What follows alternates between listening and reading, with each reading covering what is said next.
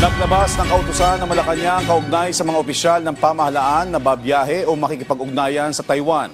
Batay sa Memorandum No. 82 na inilagdaan ni Executive Secretary Lucas Bersamin noong April 15, ipinagbabawal ang anumang aktibidad ng mga opisyal ng gobyerno kaugnay sa Taiwan nang walang pahintulot mula sa DFA. Alinsunod ito sa EO No. 313 noon pang 1987. Inilatag din ang iba pang panuntunan gaya ng pagbabawal sa pagbiyahe sa Taiwan at direktang pakikipag-ugnayan sa mga opisyal nito tulad ng Pangulo, Pangalawang Pangulo at mga pinuno ng DFA at DND. Pinapayagan ang pagbiyahe sa Taiwan na may kaugnayan sa ekonomiya, kalakalan at pamumuhunan pero kailangan gumamit ng ordinaryong pasaporte. Kailangan din munang ipaalam sa Manila Economic and Cultural Office ang layunin ng biyahe at makipag-ugnayan sa kanila bago at habang nasa Taiwan.